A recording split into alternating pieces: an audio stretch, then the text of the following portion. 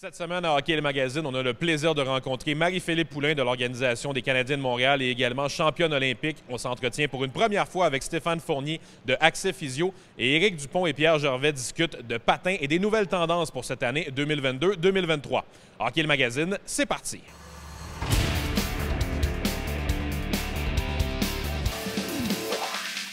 Hockey le Magazine vous est présenté par le Trio Hockey, Sport Rousseau, Hockey Expert et l'Entrepôt du Hockey. Et par le livre de Pierre Gervais, Au cœur du vestiaire. En vente partout, dès le 21 novembre. En août dernier, l'équipe de Hockey le Magazine a eu le plaisir de s'entretenir avec Marie-Philippe Poulain, qui est bien sûr revenue sur toute la carrière qu'elle a eue au fil des dernières années, mais également qui s'est projetée sur ce qui arrive pour elle au cours des prochaines saisons, notamment maintenant, on le sait, avec l'Organisation du Canadien de Montréal. De pouvoir partager la passion, mais vraiment de leur dire de rêver grand, puis jamais que tout est possible. Quand tu mets le travail, quand tu es passionné, quand tu t'amuses dans tout ça, je pense qu'il n'y a rien qui peut pas t'arriver dans tout ça. Puis à travers tout ça, c'est vraiment de t'entourer de bonnes personnes. Je pense qu'à la fin de la journée, quand tu as un rêve, tu as des bonnes personnes alentour de toi qui t'encouragent à y arriver, je pense que c'est un très bon mix des deux. Cette année, ça a été une année assez mouvementée, je veux pas. Je pense que le championnat mondial qu'on a gagné avant les Olympiques, les derniers championnats qu'on vient de gagner, c'est avec 3 médailles d'or, avec la position avec les Canadiens de Montréal aussi. Je pense que tout ça ensemble, c'est gros quand j'y pense. Puis je suis très chanceuse. Je pense que dans tout ça, c'est merveilleux. Je fais ce que j'aime le plus au monde, de jouer au hockey, puis de voir aussi faire partie de l'organisation les plus reconnues, c'est quelque chose qui est encore plus très spécial. C'est très le fun. Mais je pense que le fait qu'ils ont mis quelque chose en place pour moi, que ce soit à temps partiel, là, pour que je peux continuer à être une athlète, je peux continuer à m'entraîner, mais aussi être impliquée du côté des Canadiens, je pense que c'est un mix que je ne pouvais pas dire non. C'est vraiment incroyable comme opportunité pour moi de pouvoir continuer à jouer, mais aussi avoir un œil différent en tant que coach, ou de voir les joueurs, de pouvoir les regarder. C'est quelque chose qui m'attire éventuellement dans mon futur, dans mon autre carrière. Fait que, tu sais, dans tout ça, je pense que c'est un pas dans la bonne direction de où que je vais en aller après ma carrière de joueuse. Ben, tu sais, je savais que les Canadiens de Montréal, c'était gros, mais je pense que j'ai raison encore plus quand tu es là-bas dans le camp des recrues. Puis de pouvoir être sur la glace avec les recrues, c'est quelque chose qui est incroyable aussi. Tu sais, l'organisation, comment c'est fait, comment c'est géré. Tu sais, pour moi, sur la glace, tu sais, je suis l'entraîneur, mais tu sais, je vois l'entraîneur des skills qui le démontrent différents skills. Puis tu sais, moi, dans ma tête, je veux l'essayer, je veux être là, puis je veux le parler aussi. Fait que tu sais, vraiment, tout ça ensemble, c'est vraiment incroyable. Puis très contente, très excitée de pouvoir continuer puis apprendre davantage. Tu sais, ça fait plusieurs années que je suis joueuse de hockey, mais je sais que je vais apprendre davantage. Je suis pas là pour dire quoi faire et tout, mais je pense que ça va être du donnant-donnant. Ça va être un two-way street, comme on peut dire, puis de pouvoir partager notre passion. Ouais, c'est sûr que ça a été intimidant au début, je ne mentirais pas les premiers temps, mais je pense que plus la journée avançait, plus les jours avançaient, tu voyais que les gars étaient plus confortables à me parler, puis moi aussi, c'était les deux aussi. Puis pour moi, je me sentais un petit peu plus confortable aussi. Puis je pense que les journées, les semaines vont avancer, je vais me sentir un petit peu mieux aussi dans cette position-là, puis je vais apprendre davantage. Puis je pense que c'était vraiment une belle opportunité, une belle première expérience avec les Canadiens. La dernière année a été vraiment magnifique pour le Hockey Canada du côté féminin, que ce soit aussi moins de 18 ans, ils ont gagné le championnat. Je pense que depuis 2018, quand on a perdu cette médaille olympique-là, elle a fait mal, mais je pense que ça a vraiment tourné pour le mieux pour ce programme-là. Je pense que du côté de l'équipe, on est vraiment connectés, on est vraiment ensemble à chaque fois. Puis tu vois vraiment le plus de filles qui veulent commencer à jouer au hockey, le plus qui sont attachées à nous tous, avec Sarah Nurse, avec le cover de NHL. Tu vois le plus que tu le vois, le plus que les petites filles veulent l'être. Puis je pense que pour nous, on croit beaucoup ensemble à ça. Quand tu le vois, quand tu peux leur parler, quand tu peux les approcher, je pense qu'en tant que petite fille, quand tu as la chance de pouvoir parler avec des spooners, des daou, des nurses, quand tu as la connexion là, je pense que ça nous permet de rêver encore plus grand et de pouvoir peut-être faire partie de cette équipe-là un jour. Tu vois le plus de femmes dans le hockey du côté de la Ligue nationale. Puis je pense que tu réalises aussi que ce soit une femme, un homme, si tu as la connaissance du hockey, ça n'a pas rapport que ce soit une femme ou un homme. Je pense que c'est quelque chose que, éventuellement, on veut mettre ça en place. Puis tu vois de plus en plus que c'est la réalité. Puis je pense que plusieurs femmes ont été engagées de cette façon-là. Puis je pense que tu vois qu'on le mérite. Puis les femmes prennent plus de place dans le côté. Puis c'est non seulement à cause qu'on est une femme, mais je pense que juste la connaissance du hockey, ça fait en sorte qu'on est on a cette capacité-là de faire partie de ces équipes-là. On va recommencer à s'entraîner. On va avoir une série rivalité contre les Américaines au mois de novembre, au mois de décembre. Puis, on va être ici à s'entraîner. On va faire partie de l'association du PWHPA. On va avoir quelques showcases qui vont arriver aussi à Montréal, à Halifax. Alors, tout ça ensemble avec les Canadiens. Fait que je pense qu'on va mettre une petite cédule en place et on va aller de l'avant. On est de retour chez Collègue Édition cette semaine pour la question de la semaine avec Pierre. Et Pierre, cette semaine, on revient sur les Golden Knights de Vegas, une équipe qui s'est amenée dans la Ligue nationale de hockey en 2017-2018. Évidemment, c'est une histoire très récente, mais elle est tellement arrivée avec fracas dans la Ligue nationale que je suis presque certain que le marché des cartes de hockey a dû suivre à l'époque et a embarqué dans l'engouement des Golden Knights. Absolument. Il y a eu un engouement incroyable pour les cartes des Golden Knights. Il faut dire que leur uniforme il était populaire. Ça fait des belles cartes avec des bouts d'équipement dessus. Et je pense que Marc-André Fleury était déjà un joueur populaire au Québec et dans le hobby. Alors, ça l'a vraiment aidé. Là. Et un autre aussi qui a eu un bon marché de revente, tu nous parlais, c'est Nick Suzuki aussi, je crois. Oui, bien, je trouve ça intéressant parce qu'il y a certaines de ces cartes recrues qui est dans l'uniforme des Golden Knights, même si je pense qu'il n'a pas joué de match vraiment en saison avec eux autres. Alors, je parlais de la Draft Day Marks, qui est une carte recrue ultra populaire, qui sont limitées sur 35 avec le nom qui est signé. Mais c'est pas avec les Canadiens. C'est triste, mais c'est avec les Golden Knights. Ça risque dans quelques années d'être une des rares choses qu'on peut voir de Nick Suzuki avec l'uniforme des Golden Knights, parce que comme tu l'as dit, il n'a jamais joué finalement avec cette Exactement. équipe. La plupart de ces autres cartes recrues que vous allez trouver en 2019-2020, c'est avec les Canadiens. Et pour notre question de la semaine, on s'intéresse donc cette semaine aux Golden Knights de Vegas en se demandant, lors de leur saison inaugurale de 2017-2018, combien de cartes différentes ont été produites par Upper Deck concernant cette nouvelle équipe. A. 1135 cartes, B. 689 ou C. 361. La réponse après la pause. On se demandait avant la pause combien de cartes des Golden Knights de Vegas ont été produites en 2017-2018 lors de leur saison inaugurale. La réponse est A, 1135 cartes. Et évidemment, ça, Pierre, c'est un nombre assez élevé. Ça représente un peu ce dont on parlait de l'intérêt qu'il y avait eu à l'époque. J'ai deux questions pour toi. De un, est-ce que l'intérêt s'est essoufflé depuis un peu? Et de deux, est-ce que tu sens la même chose pour le Kraken de Seattle dans les années récentes ou c'est différent un peu? Je te dirais, l'intérêt est quand même resté. Il faut dire qu'ils ont vraiment performé en série. Ça l'a grandement aidé à faire vendre des cartes de Marc-André Fleury ainsi que toute la joyeuse bande de Luron. Ouais. Et pour ce qui est du Kraken, c'était vraiment différent parce que je pense que les gens sont restés sur leur faim quand il y a eu le repêchage d'expansion. Il n'y a pas eu vraiment de super vedette. Ouais. Ça n'a pas vraiment suivi. Il y a vraiment beaucoup moins d'intérêt pour les cartes du Kraken en ce moment. On va voir cette année avec Shane Wright s'il joue, qu'est-ce que ça va donner, mais sinon... Ouais, il n'y a pas eu de George McPhee pour les Kraken de Seattle. Il n'y a pas eu l'architecte qui a construit cette équipe-là pour les Golden Knights. Merci beaucoup, Pierre. Merci. La chronique Physiothérapie est une présentation d'Accès Physio, médecine du sport. Ayez accès à la même qualité de soins que les athlètes de haut niveau. On est à Hockey le magazine encore une fois cette saison chez Accès Physio. Vous reconnaissez l'homme à ma droite, Stéphane Fournier, qui est de retour avec nous pour une deuxième saison. D'abord, merci d'être là, Stéphane, à nouveau cette année. C'est un plaisir de collaborer avec toi, Jasmin, que j'ai traité quand tu avais 6 ans. Ça remonte à il y a quelques années quand même. Toujours un plaisir de te retrouver et se parler de blessures de hockey, là, une passion pour nous. Il y a plusieurs sujets élaborés au cours de la saison, plusieurs chroniques. La première qu'on a cette semaine, c'est les approches thérapeutiques. Parce que, évidemment, pour le commun des mortels, bon, parfois quand on a une blessure au hockey, les moyens de traiter cette blessure-là sont évidemment nombreux. Toi, tu es spécialisé là-dedans, mais je pense que les gens ont peut-être besoin de savoir un peu quelles sont les options qui sont à leur disposition, parce qu'il y en a énormément des... Bon, d'abord, les médecins, évidemment, et les physiothérapeutes en première ligne, mais par la suite, il y en a beaucoup d'autres aussi, des spécialistes. Oui, tout à fait. Ça devient difficile pour les gens, je me mets à leur place un peu, de décider, bon, je vais voir qui? J'ai mal au dos, j'ai mal au cou, j'ai mal aux genoux, à l'épaule, peu importe. Alors, est-ce que je vais voir un physiothérapeute? Je vais-tu voir mon médecin? Est-ce que je vais voir un ostéopathe, un massothérapeute, un acupuncteur?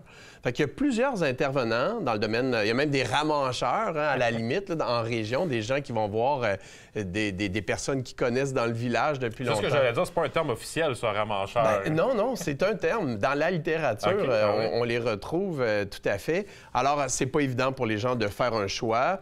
Moi, je crois, bien sûr, que l'important pour les personnes qui veulent consulter, c'est la sécurité.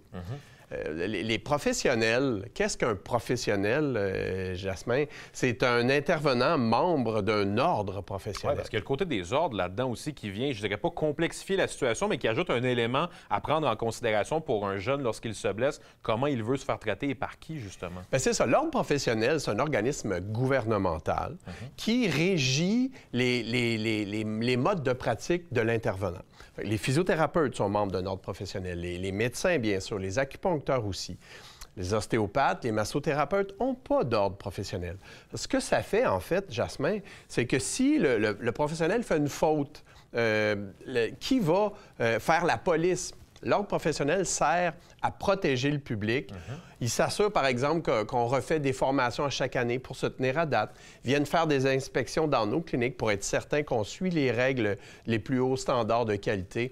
Fait que le fait de voir un professionnel de la santé membre d'un ordre professionnel, ça permet une certaine sécurité, une certaine qualité de soins. Stéphane, lorsqu'un jeune se blesse et qu'il vient te voir parfois en première ligne, après parfois être allé voir le médecin, mais se dirige vers toi, est-ce qu'à chaque fois, il y a une bonne solution à proposer aux jeunes ou selon différentes choses, tu peux leur proposer différentes formes de traitement avec différents spécialistes? Comment ça fonctionne?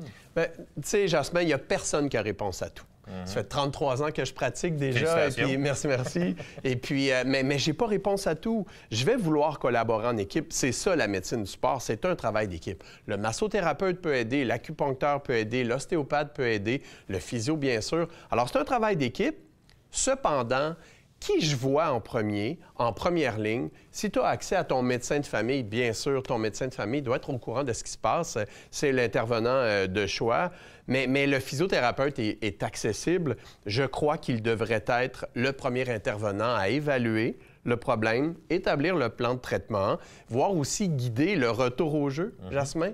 C'est pas tous les intervenants qui sont à l'aise avec les critères de retour au jeu au hockey, par exemple. Ouais. Alors, je trouve que le physio est vraiment ton premier allié. Et justement, en terminant, parlant sur le côté hockey, qu'est-ce qu'un joueur de hockey recherche un physiothérapeute, selon toi, pour avoir un bon traitement efficace et qui peut lui permettre de revenir au jeu rapidement? Bien, je pense que de voir un physiothérapeute qui est à l'aise avec le hockey, qui comprend les besoins du joueur de hockey, qui comprend les fameux critères de retour au jeu qu'on a parlé l'an passé. Ouais. Alors, de choisir un physiothérapeute qui a cette expertise-là, qui est à l'aise avec le retour, la progression nécessaire pour performer de façon sécuritaire au hockey, c'est un critère important de choisir quelqu'un qui connaît le sport. Stéphane, on va se revoir tout au long de la saison pour plusieurs autres capsules. Notre prochaine capsule sera d'ailleurs sur la patinoire. Ça va être très intéressant dans quelques semaines. Merci d'être de retour, puis on se retrouve bientôt. Un plaisir, Jasmin.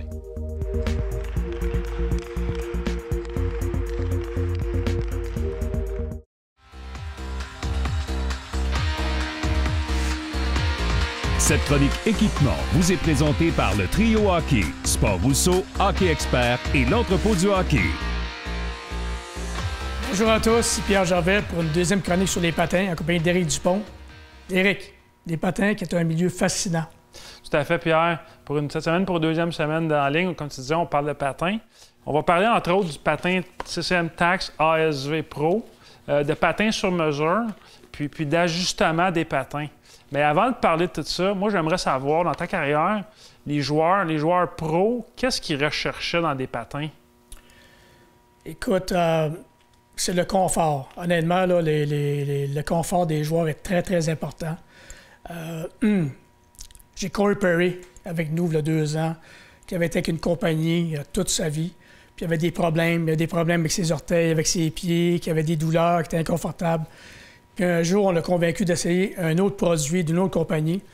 Puis il a tellement aimé qu'il a pratiqué avec le matin, puis le soir même, il jouait le match. Puis depuis ce temps, il est avec cette compagnie-là.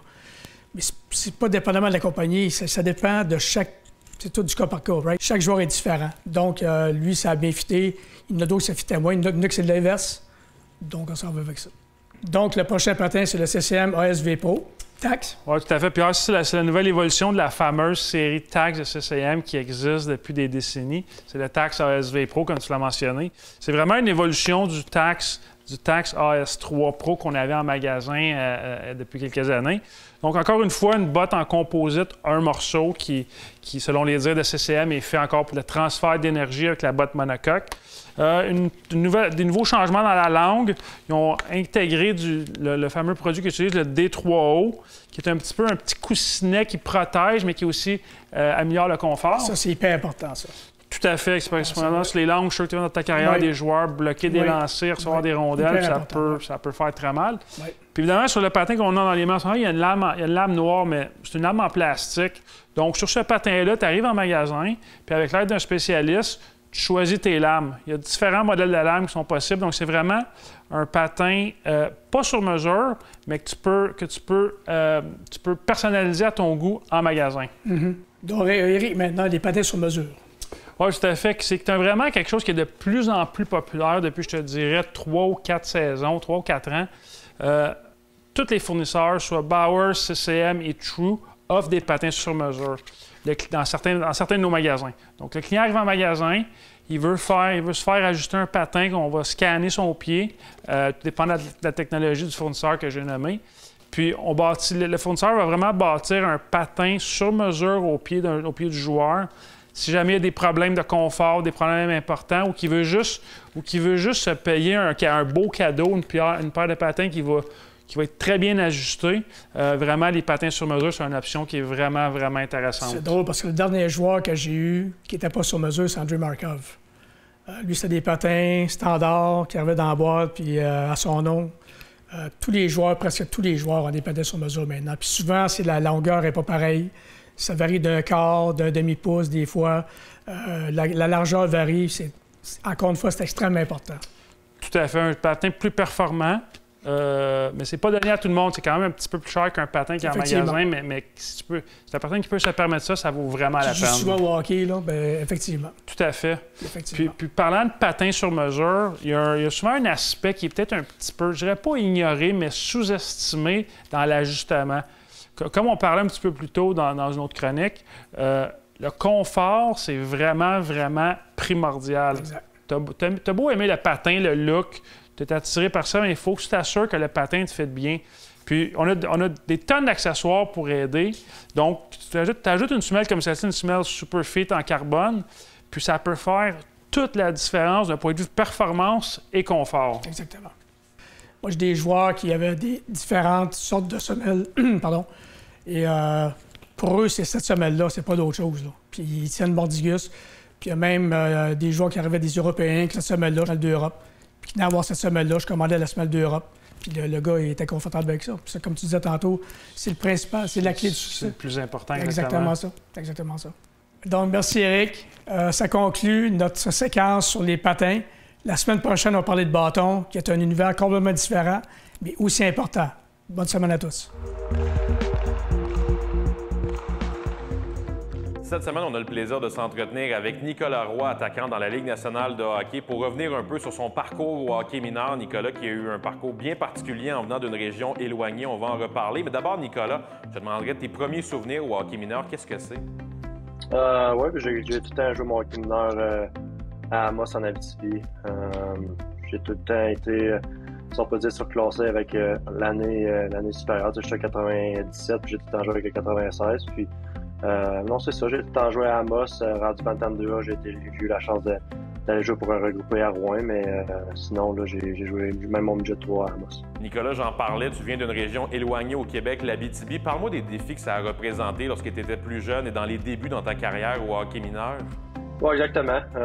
Je pense que le hockey est vraiment très gros en Abitibi. Là. Si tu regardes au niveau de la population, c'est sûr qu'on est beaucoup moins de gens que dans la grande région de Montréal ou de Québec ou peu importe. Donc, mais je pense qu'on voyait ça comme un défi quand on faisait les regroupés, par exemple, l'été, puis qu'on allait jouer dans les tournois contre les différentes régions. Ben, on voulait montrer qu'on était de calibre là-dedans. Puis à chaque fois qu'on gagnait une game, ben, c'était gros, si on peut dire. Là, fait qu'on voyait vraiment ça comme un défi.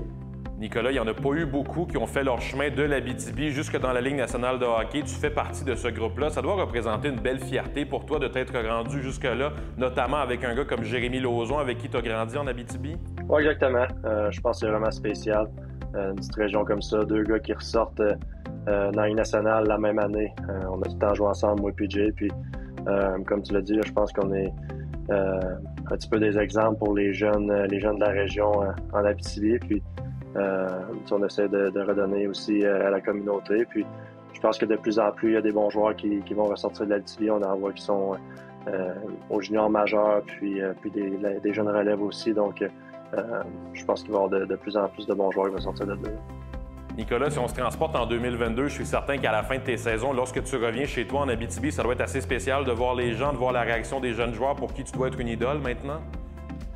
Oui, exactement. Tu sais, on le voit quand on est à l'Arena, puis on pratique, que ce soit à Amos ou des fois à Val-d'Or aussi. Moi et PJ, c'est sûr qu'il y a souvent des jeunes qui nous regardent puis qui veulent discuter un petit peu avec nous après les pratiques. Donc, c'est vraiment le fun d'avoir la passion que ces jeunes y ont là, puis on essaie de leur transmettre un petit peu notre parcours, puis la passion du hockey. Là. Nicolas, à travers tes années dans le hockey mineur, est-ce qu'il y a une saison en particulier qui te revient en tête où vous avez eu une excellente équipe et que ça puisse représenter tes plus beaux souvenirs de réussite comme tel au hockey mineur au Québec? Oui, je dirais Bantam. Ma première année Bantam, on avait une très, très bonne équipe. C'est sûr qu'on était dans le Bantam 2B, donc on n'était pas dans la meilleure catégorie au niveau provincial, mais on avait tout gagné cette année-là. On avait même été au provincial, puis on avait perdu en finale, je pense. Donc, c'est sûr que c'est tout le temps ça que tu veux, là, gagner avec des coéquipiers, puis avoir une belle saison comme ça. Fait que je m'en rappelle, ça a été une année marquante. Nicolas, on sait à quel point le parcours au hockey mineur, ça change une vie pour un jeune. Ça a été quoi l'importance, dans tes mots à toi, qu'a apporté ce hockey mineur au Québec dans ta vie et dans ta carrière de joueur de hockey? Oui, exactement. Je pense que c'est là que ça commence. C'est là que il faut que tu aies la passion, mais c'est là que tu t'améliores. Moi, j'ai eu la chance d'avoir des bons entraîneurs qui m'ont poussé, qui m'ont beaucoup aidé. La structure était vraiment, comme je l'ai mentionné, là, très bonne en Abitibi. Donc, c'est là que ça commence. Puis le hockey mineur, je pense qu'en Abitibi, il prend de plus en plus d'ampleur. Donc, je pense que c'est vraiment important de continuer dans cette voie-là. Nicolas, en terminant, si tu avais la chance de parler à une jeune version de toi-même, un jeune Nicolas Roy de l'Abitibi, quel conseil tu pourrais lui donner peut-être pour le garder motivé et continuer à rêver, à se rendre jusque là où toi, tu t'es rendu dans la Ligue nationale de hockey? Je pense que j'étais tellement focus sur le fait de vouloir justement jouer dans la Ligue nationale. Je regardais tout le temps plus loin. Oui, c'est sûr que si c'était à revivre, j'en profiterais encore plus, vivre le moment présent à chaque match, essayer de revivre ces moments-là, parce que oui, tu les vis, mais ça arrive juste une fois, donc c'est pas mal ça que je dirais, d'essayer de vraiment profiter de ces beaux moments-là. Là. Merci beaucoup, Nicolas, d'avoir été avec nous. C'était un plaisir, puis bonne fin de saison. Merci beaucoup à vous autres. Notre deuxième émission de la saison qui se termine. On a eu le plaisir d'avoir plusieurs excellents invités cette semaine. La semaine prochaine, on sera avec Philippe Roy de Perfo Élite et Pierre Gervais et Éric Dupont discuteront de bâtons de hockey et des nouvelles tendances pour 2022-2023. Merci d'avoir été là et à la semaine prochaine. Hockey Magazine vous a été présenté par le Trio Hockey, Sport Rousseau, Hockey Expert et l'Entrepôt du hockey. Et par le livre de Pierre Gervais, Au cœur du vestiaire. En vente partout dès le 21 novembre.